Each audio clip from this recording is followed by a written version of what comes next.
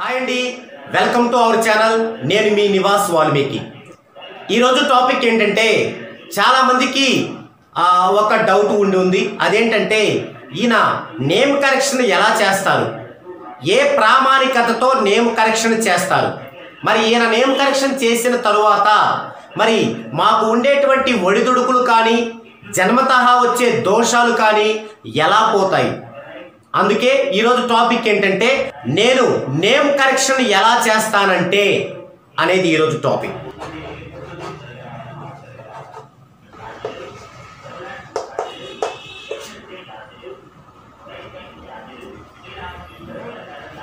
నేను name correction ఎలా చేస్తానంటే అనేది మీకు ఇవ్వబోతున్నాను.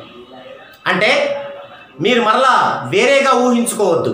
అంటే నేను ఏదైతే చేస్తానో నేమ్ కరెక్షన్ అంతా యాసిడ్గా ఇలా ఇస్తాను, చక్కగా దాని నోట్స్ రాసుకోవచ్చు, ఇంకా ఆయనతో పని ఏంటి మేమే చేసుకోవచ్చు అనేటువంటి అపోహలో దయచేసి ఉండొద్దు. ఓకే, ఇక చూడండి, నేమ్ కరెక్షన్ అసలు ఎలా చేయాలి, ఆ నేమ్ కరెక్షన్ని మనకి ఎలా అప్లై చేసుకోవాలి, ఈ రెండు విషయాలు తెలియకుండా ఎవరో కూడా నేమ్ కరెక్షన్ ఎక్కడా కూడా చేయించుకోకూడదు. నేమ్ కరెక్షన్ ఎలా చేయాలంటే ఇక్కడ ఎవరైతే మనం ఒక శాస్త్రాన్ని కోరుకుంటున్నామో వారందరము కూడా ఒక పేషెంట్ కింద లెక్క. మనందరం కూడా ఒక శాస్త్రం ద్వారా ఏదన్నా కావాలని కోరుకుంటున్నామంటే మనం ఒక పేషెంట్. ఆ శాస్త్రాన్ని చెప్పే వ్యక్తి ఒక డాక్టర్. మరి డాక్టర్స్ ఎంతోమంది ఉంటారు, ఎంబీబీఎస్ అని ఎఫ్ఆర్సిఎస్ అని ఎన్నో చేస్తుంటారు. వాళ్ళు కాకుండా ఆర్ఎంపీ డాక్టర్లు కూడా ఉంటారు. మనం ఏం చేస్తాం, ఒక డిసీజ్ వచ్చినప్పుడు నాకు జ్వరం వచ్చింది, నేను ఒక ఆర్ఎంపీ డాక్టర్ దగ్గరికి వెళ్ళాను. ఆయన ఏం చేస్తారు, టెంపరేచర్ చూసి జ్వరం ఉంది అని చెప్పి పారాసిటమాల్ ఇంజెక్షన్, యాంపాక్షన్ ఇంజెక్షన్ ఇస్తారు. కొంచెం తలనొప్పి కూడా ఉంది అంటే ఒక డైక్లోఫెనాక్ ట్యాబ్లెట్ ఇస్తాడు. నీరసంగా కూడా ఉంది అంటే ఒక సెలైన్ ఎక్కిస్తాడు. అయిపోయింది, ఇక మనం ఇంటికి వెళ్ళిపోతాం. ఇవన్నీ కూడా ఎవరేం చేసినా కొద్దిగా యాక్టివ్గా ఉంటుంది మనకి, ఇక కొద్ది ధైర్యంగా కూడా ఉంటుంది. ఓకే, తగ్గిపోయింది, మరుసటి రోజు వెళ్ళాం, తగ్గిందండి అన్నాం, అయిపోయింది. ఇప్పుడు ఒకవేళ ఇది క్రిటికల్ పొజిషన్ ఉన్నా కూడా ఆర్ఎంపీ డాక్టర్ అలాగే చేస్తాడు. మరుసటి రోజు పోతే ఇంకా తగ్గలేదంటే దానికంటే ఎక్కువ పవర్ పెంచుతాడు. అంటే మనము ఆర్ఎంపీ డాక్టర్కి ఒక ప్రయోగ వస్తువులు అయిపోతాం. ఇదే మనం ఎంబీబీఎస్ డాక్టర్ దగ్గరకు పోతే ఏం చేస్తాడు, ఏమి చూడ ఫస్ట్ మనల్ని టెస్టులు రాస్తాడు. మనం చాలామంది అనుకుంటాం పెద్ద హాస్పిటల్కి పోతే టెస్టులు అవుతాయని. అవ్వాలండి, టెస్ట్లు అవ్వకుండా ఎలా చేస్తారు, ఇది ప్రాణం, ఎలా పడితే అలా చేసేస్తారా? ఓకే, టెస్టులు చేసి ఇది టైఫాయిడ్ ద్వారా వచ్చిందా, మలేరియా ద్వారా వచ్చిందా, కరోనా ద్వారా వచ్చిందా, ఓవర్ హీటా అని తేలుస్తాడు. దాన్ని బట్టి అతను ఒక వారానికి సరిపడా మెడిసిన్ ఇస్తాడు. ఆ మెడిసిన్లో అవి తట్టుకునే పవర్ ఉండే ట్యాబ్లెట్స్ ఉంటాయి, ఆ ట్యాబ్లెట్స్ మింగటం వల్ల వచ్చేటువంటి గ్యాస్ ట్రబుల్ పోవటానికి ఉంటాయి. ఇలా అన్ని జాగ్రత్తలు తీసుకుంటారు. అంటే డబ్బులు ఎక్కువ ఖర్చు అయినా కూడా అలా ఉంటుంది. సో ఇప్పుడు మనం ఒక శాస్త్రాన్ని సంప్రదించాలంటే ఆ విధంగా వెళ్ళాలి. అంతేగాని 2000 రూపాయలకే చేస్తాము అని వెళ్ళగానే వాళ్ళ దగ్గరికి వెళ్ళి వాళ్ళు చెప్పింది విని ఇంకొక 6000 పెట్టి ఒక స్టోన్ కొనుక్కొని అది తగ్గక మళ్ళీ ఇంకెవరు వస్తారా అని ఎదురు చూస్తూ వాళ్ళ దగ్గర కూడా పోయి అక్కడ ఒక 2000 ఇచ్చి తర్వాత వాళ్ళు చెప్పిన పూజలు చేసి వాళ్ళు చెప్పిన పుణ్యక్షేత్రాలు నడిచి అది తగ్గక మళ్ళీ ఇంకెవరు వస్తారా అని చూసి మీ జీవితకాలం మొత్తంలో 50,000 నుంచి 1,00,000 రూపాయల దాకా ఖర్చు పెట్టడం బెటరా?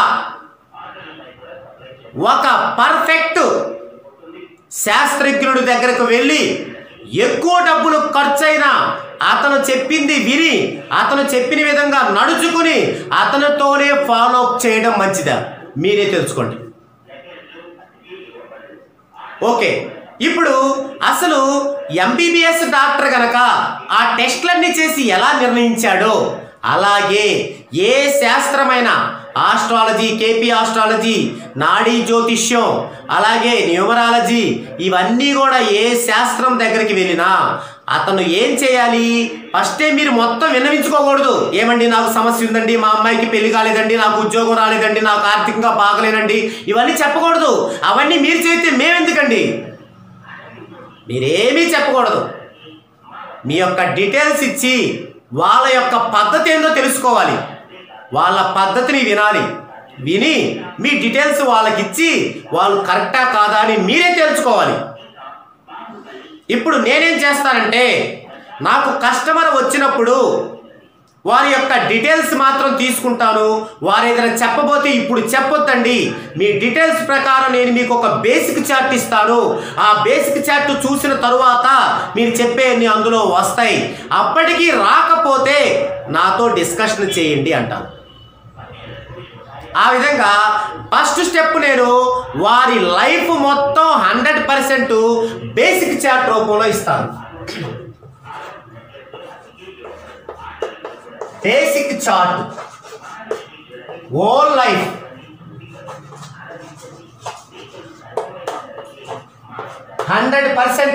వాళ్ళ యొక్క చార్టు వాళ్ళకి ఇస్తాం. మరి 100% వాళ్ళ లైఫ్ను వాళ్ళకి ఇస్తే అందులో ఇచ్చినవన్నీ జరిగి ఉంటాయా? ఉండవు. ఎందుకు?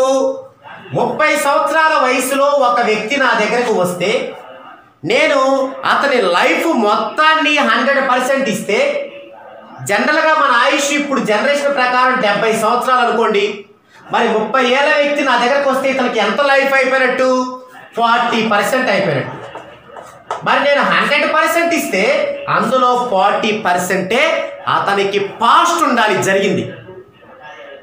ఇక 60% జరగాల్సింది ఉండాలి. అప్పుడు నేను తనకేం చెప్తాను? ఆ 40% మీకు జరిగినవి ఉంటే మీరు నెక్స్ట్ స్టెప్లోకి రండి, లేదంటే రాకండి. ఇక నెక్స్ట్ స్టెప్ ఏంటి? Name correction.